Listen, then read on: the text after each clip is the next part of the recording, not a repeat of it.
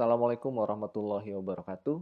Halo semua, saya Irfan Rahmawan. Di video ini, saya akan sharing mengenai 5 tips praktis menguasai public speaking.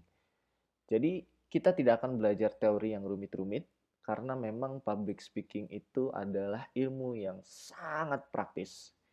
Oke, kita mulai sebuah pertanyaan. Kenapa sih kita perlu belajar public speaking? Nah, biasanya manusia itu akan termotivasi melakukan satu hal kalau dia tahu manfaat di balik hal tersebut. Contohnya, pada saat kita sakit, kita mau minum obat, padahal obat itu pahit. Kenapa? Karena kita tahu dengan kita minum obat itu adalah salah satu ikhtiar kita untuk sembuh. Kita berharap obat itu bermanfaat untuk menyembuhkan kita dan membebaskan kita dari penyakit. Itu adalah ikhtiarnya. Nah, begitupun dengan public speaking. Belajar public speaking itu lumayan loh. Pasti memerlukan satu upaya. Kita perlu baca buku, kita perlu berlatih. Seperti yang Anda lakukan sekarang, Anda perlu melihat video untuk belajar. Semuanya bukan tanpa effort. Bahkan nonton YouTube yang gratis pun setidaknya Anda harus modal internet untuk bisa play video. Jadi semuanya ada effort. Nah, kenapa orang kemudian ingin tetap berjuang, berusaha, belajar? Karena pasti tahu di balik mempelajari hal itu ada manfaat yang didapatkan. Nah, berdasarkan pengalaman saya, ada dua hal. Apa sih yang memacu orang untuk mau belajar dan menguasai public speaking? Yang pertama adalah alasan karir. Dengan belajar public speaking, seseorang akan menjadi lebih mudah karirnya. Ini pengecualian kalau Anda bekerja di bidang komunikasi ya, broadcasting, Anda penyiar misalnya, jurnalis lapangan dan lain sebagainya, yang memang mensyaratkan komunikasi sebagai kemampuan yang utama. Itu di luar ini. Lain halnya kalau Anda bekerja di bidang yang bukan komunikasi, maka public speaking ini adalah kemampuan yang akan membantu karir Anda. Contoh, saya dulu ketika mengawali karir sebagai seorang staff HR, saya sudah belajar public speaking sejak SMA, di kuliah bahkan beberapa SKS ada mata kuliah public speaking, saya ikut organisasi yang banyak mengeksplor kemampuan public speaking saya. Kemudian saya lanjut bekerja menjadi asisten trainer, di mana saya banyak memberikan pelatihan, fasilitasi, dan lain sebagainya, sehingga saya banyak berkesempatan untuk berbicara di depan banyak orang. Sehingga pada saat saya bekerja, saya menjadi seorang staff HR, saya punya bakat lebih di luar job desk yang perlu saya lakukan sebagai seorang staff. Saya bisa menjadi MC, saya bisa memberikan speech, dan itu semua mudah bagi saya. Sehingga itu membuat karir saya menjadi jauh lebih mudah. Contoh, misalnya pada saat seorang atasan ingin mengangkat supervisor dari staff-staff yang ada, ketika dihadapkan pada dua pilihan, antara staff yang tidak bisa public speaking dengan staff yang bisa public speaking, mana yang lebih memungkinkan untuk dipromot jabatannya, tentu adalah dia yang memiliki kemampuan public speaking. Jadi itu pertama, alasan karir. Kita akan lebih mudah dalam karir kita kalau kita menguasai public speaking. Yang kedua adalah alasan bisnis. Jadi siapapun Anda, kalau Anda memulai bisnis, maka kemampuan public speaking adalah mutlak untuk Anda perlukan. Kenapa? Karena kan bisnis itu untuk sukses Anda harus berjualan. Dan setengah dari pekerjaan menjual adalah berbicara. Maka ketika public speaking Anda baik, jualan Anda relatif akan baik. Dan ketika jualan Anda baik, tentunya bisnis Anda pasti akan baik. Itu untuk alasan bisnis. Dan yang kedua, sebagai seorang pebisnis, pada satu tahap bisnis Anda pasti akan membesar. Nah, pada tahap itu, mungkin saja dalam posisi tertentu Anda membutuhkan investor untuk menambahkan modal, maka pada saat itulah kemampuan public speaking Anda diuji. Anda harus mempresentasikan bagaimana histori bisnis yang Anda miliki, dan bagaimana plan atau rencana bisnis Anda ke depan untuk meyakinkan investor sehingga mereka mau bergabung dengan bisnis Anda. Jadi itu dua alasan kenapa public speaking itu perlu. Alasan lain mungkin banyak ya, dan diantara alasan pribadinya adalah public speaking itu meningkatkan kemampuan diri kita, meningkatkan kepercayaan diri kita, dan meningkatkan pengembangan diri kita. Jadi semakin baik kita dalam public speaking, itu relatif akan sangat memudahkan dan membuat kualitas hidup kita lebih baik. Nah, kita masuk ke tips pertama. Lalu, bagaimana kita bisa melakukan public speaking dengan baik? Tips pertama, ini ada quotes, if you can speak, you can influence. If you can influence, you can change life. Jadi, kalau Anda bisa bicara, Anda bisa mempengaruhi, dan kalau Anda bisa mempengaruhi, Anda bisa mengubah kehidupan. Tips 1, kenali audiens. Seperti pepatah Indonesia yang bilang, tak kenal maka tak sayang. Dalam public speaking, hal penting pertama yang harus Anda ketahui adalah siapa audiens Anda. Jadi, apa saja yang kita ketahui? Pertama, latar belakangnya. Latar belakang ini kan isinya adalah pendidikannya. Dia di bidang apa, jenjang pendidikannya seperti apa. Kemudian yang kedua adalah usia, rentang usianya ya. Kalau kita bicara generasi, apakah audiens Anda adalah generasi baby boomers, Gen X, atau millennials, atau Gen Y, atau bahkan Gen Z, atau mungkin perpaduan di antara beberapa kelompok usia itu. Dan berikutnya adalah juga penting untuk diperhatikan gendernya, sukunya, agamanya, dan lain sebagainya. Informasi ini perlu Anda ketahui untuk memudahkan Anda nanti dalam mengolah pesan seperti apa yang akan Anda sampaikan kepada audiens. Nah, yang kedua, jangan lupa juga kita harus mengenal kepentingan audiens kita. Jadi, pertanyaannya kira-kira begini. Ketika audiens kita datang ke tempat kita berbicara atau mereka hadir, mereka mendengarkan kita, apa sih kepentingan mereka? Apa sih tujuan mereka? Pasti mereka punya tujuan. Dan pastikan Anda harus mengetahui itu di awal. Karena pada dasarnya setiap komunikasi itu kan punya tujuan ya. Apakah dia informatif, atau persuasif, atau rekreatif. Kalau yang sifatnya informatif, misalnya di kantor Anda menyampaikan sosialisasi mengenai sebuah kebijakan baru dari perusahaan. Kalau persuasif, misalnya ketika Anda berjualan, Anda kumpulkan target market Anda menyampaikan kelebihan dari produk-produk Anda dengan harapan para audiens kemudian bisa menerima dan membeli produk Anda. Kalau rekreatif, contohnya stand up comedy. Jadi orang datang mendengarkan hanya ingin membuat dirinya terhibur, tertawa, melepas penat, dan supaya lebih rileks. Nah, ini diantara tujuan-tujuan komunikasi. Nah, tinggal Anda pelajari kira-kira apa tujuan komunikasi itu dari sisi kita sebagai menyampaikan pesan, dan kita pahami juga dalam konteks audiens kita, apa kepentingan mereka untuk datang. Lalu, gimana sih caranya kita mengenal audiens kita? Pastinya banyak cara. Di antaranya, kalau kita diundang ke dalam sebuah momen atau sebuah event, kita pasti bisa bertanya kepada penyelenggara event, kepada panitia, tentang profil dari audiens yang nanti akan kita temui, begitu. Atau kalau konteksnya di kantor, mudahnya kita bisa tanya HR, bagaimana profil audiens yang akan mendengarkan kita, datanya seperti apa, dan kira-kira concern mereka apa, sehingga kita bisa mengolah pesan dengan baik, kita bisa menstrukturkan apa yang akan kita sampaikan untuk supaya itu efektif bisa diterima oleh para audiens kita. Itu tentang tips yang pertama, kenali audiens.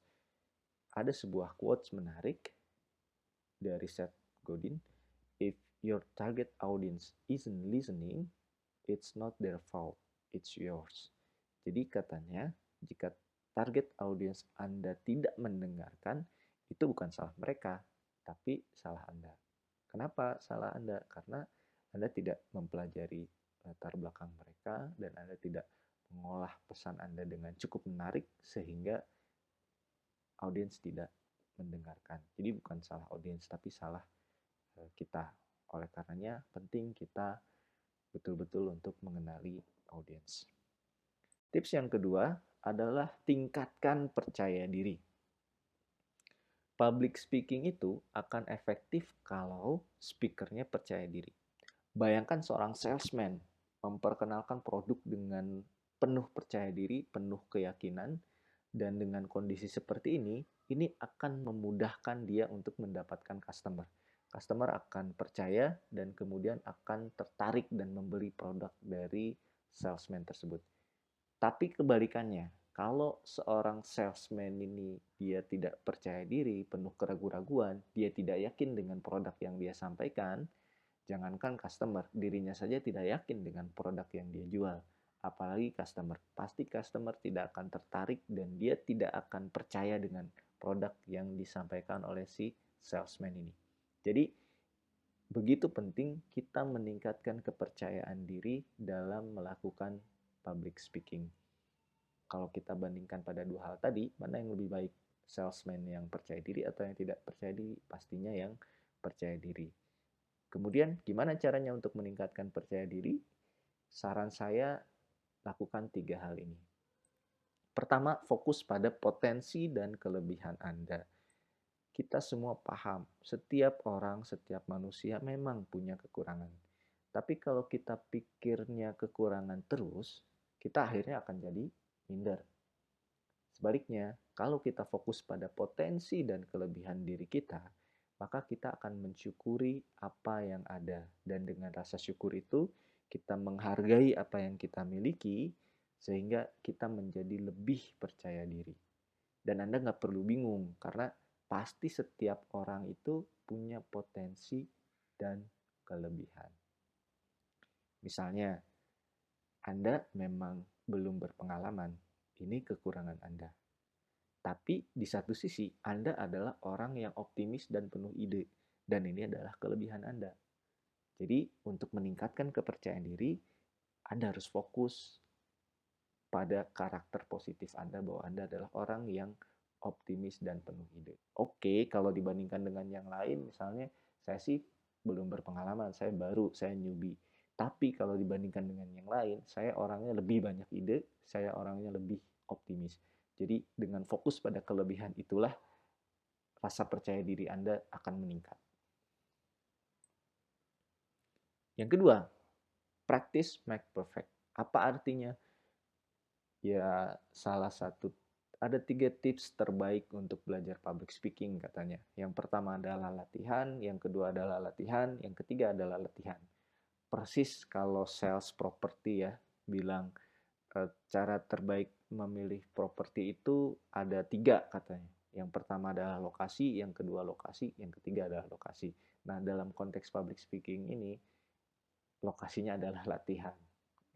Jadi, semakin sering kita latihan, akan semakin mudah kita berbicara dan melakukan public speaking. Anda harus sering berlatih atau meningkatkan jam terbang public speaking untuk meningkatkan kepercayaan diri. Sama halnya ketika kita belajar mobil ya, pada tahap pertama kita belajar, kita akan memikirkan setiap proses, mulai dari menyalakan starter, menginjak kopling, memasukkan gigi, menginjak gas perlahan, kemudian pada saat kita jalan, kita oper gigi ya, untuk konteks mobil yang manual, kemudian kalau kita mau belok, kita pikirkan dulu di mana lokasi saklar lampu sign, kita nyalakan, kemudian perlahan kita belok. Nah, tapi lama-kelamaan setelah semakin sering kita berlatih, semakin sering kita mengendarai mobil, semakin kita terbiasa, lama-lama kita semakin percaya diri. Dan proses ini, tahapan-tahapan mengendarai ini, mulai dari menyalakan starter, oper gigi, dan seterusnya, itu akan menjadi satu proses yang sudah masuk ke alam bawah sadar kita.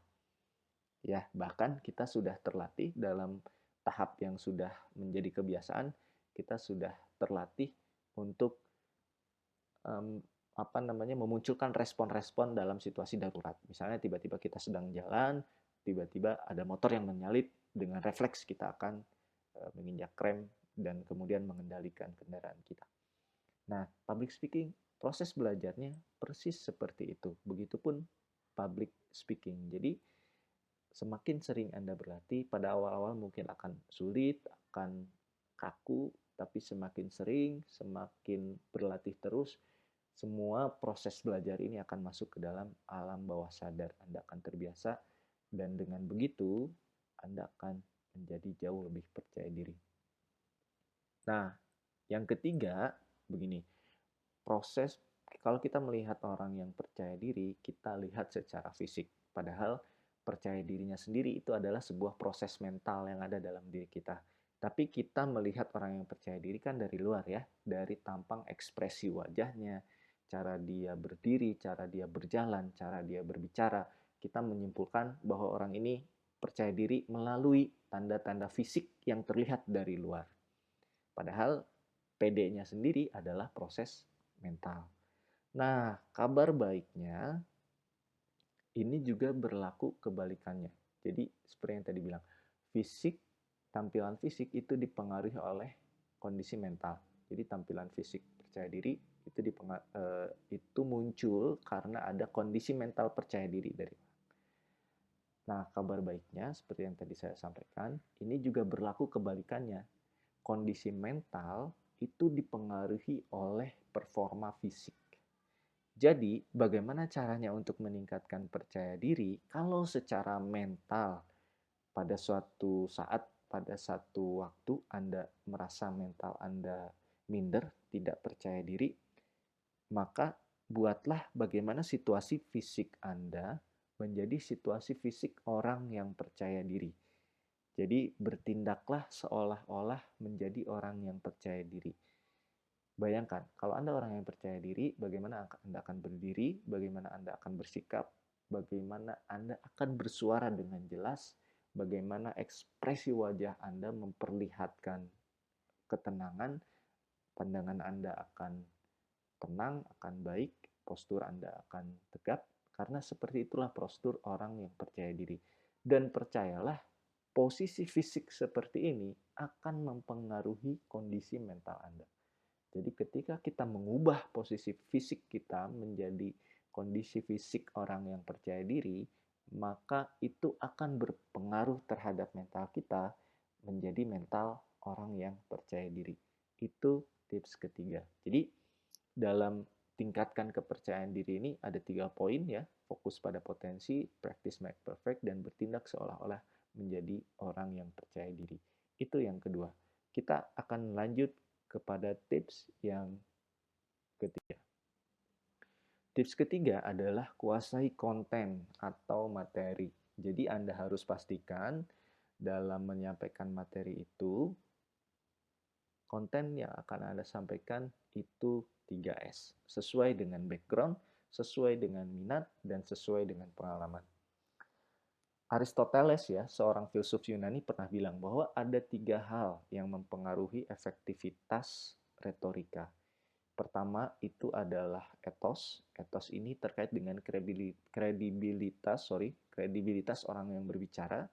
Yang kedua adalah patos. Patos ini bagaimana retorika bisa membangkitkan hal-hal yang sifatnya emosional.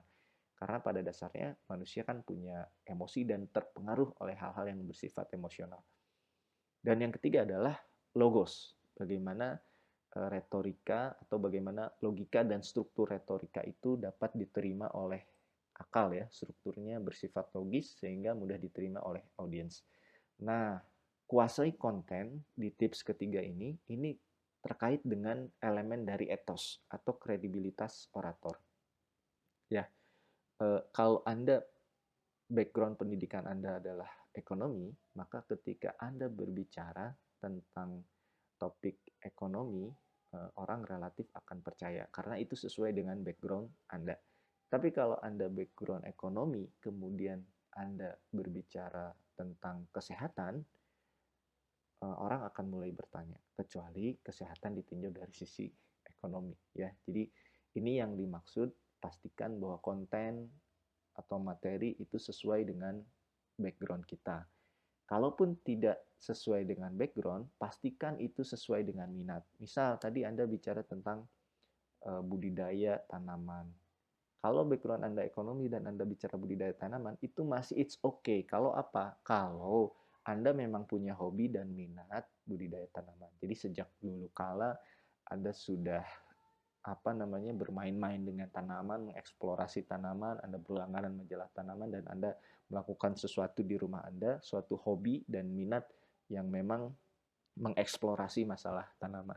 Maka pada saat Anda diminta berbicara untuk hal itu tadi terkait dengan tanaman, karena itu terkait dengan minat Anda, maka Anda adalah seseorang yang dapat dianggap masih kredibel. Nah, yang ketiga pastikan sesuai dengan pengalaman. Misal, Anda adalah lulusan sosial politik, ya, tapi Anda berbicara tentang entrepreneurship. Itu kan tidak sesuai background dan tidak sesuai background Anda. Tapi Anda akan tetap kredibel kalau itu sesuai dengan pengalaman Anda. Oke, background Anda sosial politik, tapi secara praktis Anda adalah pelaku usaha. Anda punya usaha, Anda menjalankan itu, Anda pernah mengalami gagal dan suksesnya menjadi pengusaha, dan suatu waktu Anda diundang untuk berbicara mengenai entrepreneurship, itu Anda masih bisa dianggap kredibel untuk menyampaikan itu. Karena apa? Karena itu sesuai dengan pengalaman. Nah, pastikan public speaking kita itu dalam konteks 3 hal ini. Jadi sesuai background, apakah itu pendidikan atau profesi kita, sesuai minat, atau sesuai dengan pengalaman. Kenapa? Karena yang pertama orang lihat adalah bukan pesannya, tapi siapa yang menyampaikan. Itu satu hal yang wajar ya dalam konteks sosial di Indonesia ini, bahwa orang-orang audiens itu melihat yang pertama kali adalah siapa yang berbicara. Ya, jadi ketika seseorang berbicara, pasti audiens akan melihat dulu background-nya. Audiens akan melihat apakah yang dia bicarakan sesuai background, sesuai minat, atau sesuai pengalaman dari pembicara. Kalau ada irisan dari ketiga ini, maka dianggap orang yang kredibel. Nah, ini juga tips untuk Anda.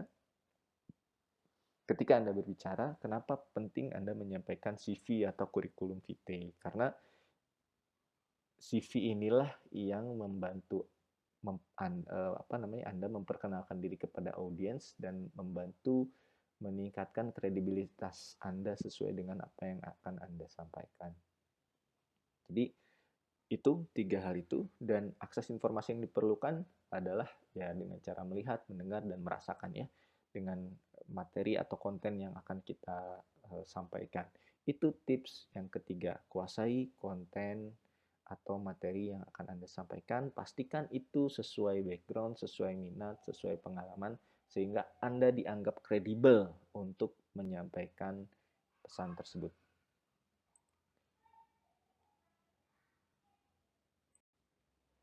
Tips keempat, gunakan 3V, verbal, vokal, visual. Ini riset Albert Mehrabian ya, seorang profesor psikologi yang dasar teorinya banyak juga digunakan di bidang komunikasi. Jadi dalam teori itu mengatakan bahwa 7% dari pesan yang berkaitan dengan perasaan dan sikap ada dalam kata-kata yang diucapkan. Dan 38%-nya ada dalam vokal, dan 58%-nya ada dalam visual yang terlihat. Prinsipnya apa, teman-teman semuanya? Jadi pada saat kita berkomunikasi, jangan hanya mengandalkan verbal saja, tapi gunakan juga vokal yang baik. Vokal itu kaitannya dengan intonasi, tempo kita ya bicara. Apakah kita berbicara cepat ataukah kita berbicara lambat. Kalau intonasi tadi ya, kadang tinggi, kadang rendah. Nah, itu juga bisa digunakan untuk memperkuat atau mempertegas pesan yang ingin kita sampaikan. Bisa juga dengan visual. Visual itu apa? Intinya adalah sesuatu yang sifatnya nonverbal. Jadi raut wajah kita, ekspresi wajah kita, gerakan tangan kita, gerakan tubuh secara umum kalau kita berdiri di atas podium atau di atas mimbar ya, atau di depan audiens dalam konteks misalnya seminar atau training, itu kita bisa memanfaatkan, mengeksplorasi tiga hal ini. Jadi tidak hanya pesan-pesan itu kita sampaikan melalui pembicaraan, tapi juga dengan intonasi vokal yang sesuai dan tentunya dengan memanfaatkan aspek visual. Aspek visual itu ya bisa apa yang ada dalam diri kita ya. Jadi ekspresi wajah, gerakan tubuh, gerakan tangan dan yang lainnya, atau juga alat visual lain yang bisa digunakan, kayak foto, video, itu untuk menambah efektivitas dari pesan kita. Tapi tentunya yang utama adalah yang ada dalam diri pembicara sendiri. Jadi contohnya ya, ini contoh bandingkan ini. Kebakaran. Itu kebakaran ya, satu kata kebakaran. Kalau saya hanya mengucapkan secara verbal, kebakaran, ya mungkin responannya hanya biasa-biasa saja. Mungkin hanya muncul dalam imajinasi Anda, oh kebakaran gitu kan, dalam bayangan Anda akan terbakar, bayang api dan lain sebagainya. Tapi kalau saya membicarakannya dengan cara yang berbeda, misalnya, kebakaran, respon yang akan muncul juga akan berbeda. Lain halnya lagi, kalau saya mengatakan kata tadi, kebakaran tadi, sambil berlari dengan raut wajah yang sangat panik dan dengan berteriak. Jadi bayangkan saya berlari dengan raut wajah yang panik, saya bilang, kebakaran! Itu akan menimbulkan respon yang berbeda. Dan kalau situasinya adalah memang di dekat saya pada hari ini ada kebakaran, mana kira-kira yang akan lebih efektif untuk menyampaikan pesan kebakaran ini kepada orang-orang? Tentu yang ketiga ya, dengan cara saya berlari, wajah saya panik, dan saya berteriak kebakaran. Orang akan merespon sesuai dengan apa yang terjadi. Jadi kalau saya hanya berjalan, kemudian saya hanya bilang kebakaran dengan pelan tanpa berteriak, ya orang mungkin akan acuh saja dan menganggap ya saya ini orang aneh begitu. Oke, jadi satu gambar lebih bermakna dari 1000 kata. Yang penting bukan hanya apa yang disampaikan, tapi bagaimana menyampaikannya. Ini prinsip 3V. Nah, terakhir itu adalah gunakan cerita. Oke, teman-teman kalau kita simak ya, kitab suci umat muslim, misalnya Al-Quran, itu sebagian isinya adalah tentang kisah-kisah atau cerita-cerita orang-orang terdahulu.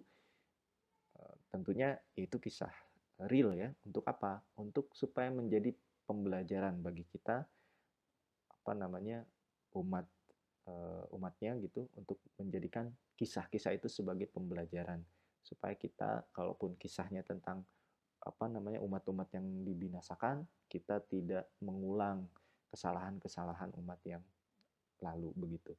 Dan begitupun misalnya eh, apa yang ada di sekitar kita sekarang ya, drama Korea, Netflix dengan berbagai macam kontennya, kenapa begitu menarik dan begitu hype, begitu viral? Karena pada dasarnya manusia itu senang dengan cerita. Jadi, dan cerita itu mudah untuk diingat. Semakin kuat dan semakin menarik cerita, semakin engage audiens dan semakin efektif public speaking kita. Jadi Anda harus memanfaatkan cerita untuk public speaking. Ceritanya bisa banyak sumbernya, ya. Bisa dari cerita fiksi atau cerita pengalaman Anda pribadi yang kita ambil dalam pembelajarannya, atau dari analogi-analogi terkait dengan materi yang kita bawakan. Nah, dalam video edisi berikutnya saya coba akan lebih jelaskan lebih detail tentang cerita ini. Nah, kembali ke pembelajaran kita hari ini, sudah 5 tips yang saya sampaikan ya. Tips yang kelima adalah tentang gunakan cerita. Di sini ada quotes menarik dari Christina Baldwin. Words are how we think, stories are how we link. Jadi kata-kata itu adalah tentang bagaimana kita berpikir, tapi cerita itu adalah tentang bagaimana kita terhubung, ya. Jadi dalam public speaking Anda, gunakan cerita untuk memperkaya konten Anda. Oke, sejauh ini saya sudah membagikan 5 tips praktis menguasai public speaking. Yang pertama adalah kenali audiens, yang kedua tingkatkan percaya diri, yang ketiga kuasai konten, yang keempat gunakan 3V, dan yang kelima gunakan cerita. Dengan 5 tips praktis ini, saya berharap kemampuan public speaking dari Anda semua semakin meningkat tentunya. Dan semoga bermanfaat. Sampai bertemu lagi di edisi video saya berikutnya. Jangan lupa untuk subscribe channel Irfan Rahmawan. Semoga bermanfaat. Terima kasih. Assalamualaikum warahmatullahi wabarakatuh.